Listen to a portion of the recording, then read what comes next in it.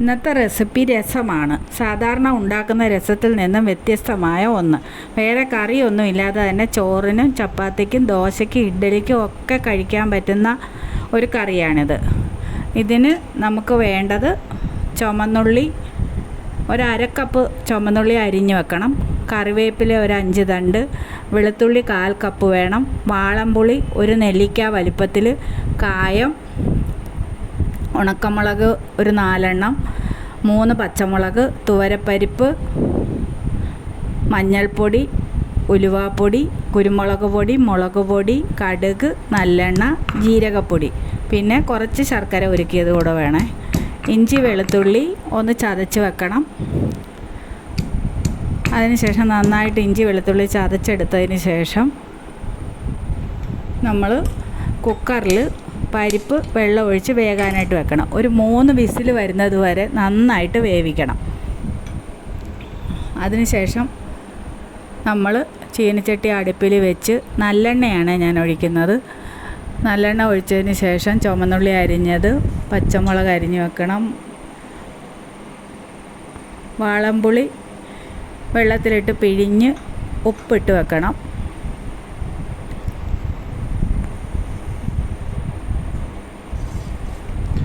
ചീനച്ചട്ടിയിൽ എണ്ണ നന്നായിട്ട് തിളച്ച് വന്നു കഴിയുമ്പോൾ കടുകിട്ട് പൊട്ടിയതിന് ശേഷം നമ്മൾ ഉണക്കമുളക് മുറിച്ചിടുക.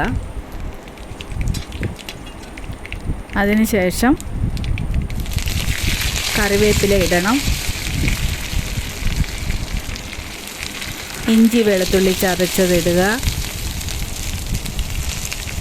ചുമന്നുള്ളി അരിഞ്ഞ് വെച്ചത് അതിലേക്കിടുക. പച്ചമുളക് അരിഞ്ഞത്.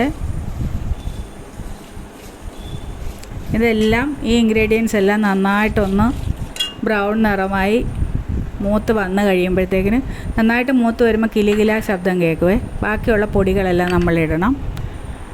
കുരുമുളക് പൊടി, മഞ്ഞൾപ്പൊടി, ഉലുവാപ്പൊടി, ജീരകപ്പൊടി, മുളക് പൊടി, ഇതെല്ലാം ഓരോ സ്പൂൺ വെച്ച്, ചെറിയ ടീസ്പൂണാണ് ഇടേണ്ടത്.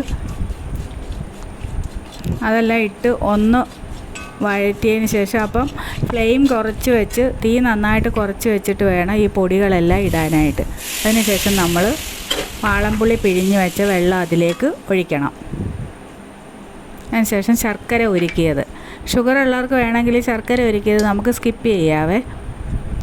പിന്നെ നമ്മൾ തുവരപ്പരിപ്പ് വേവിച്ച് വെച്ചത് കുറച്ച് വെള്ളത്തിലൊന്ന് നന്നായിട്ട് ഉടച്ച് ചേർത്തതിന് ശേഷം അതുകൂടെ അതിലേക്ക് ഒഴിക്കണം.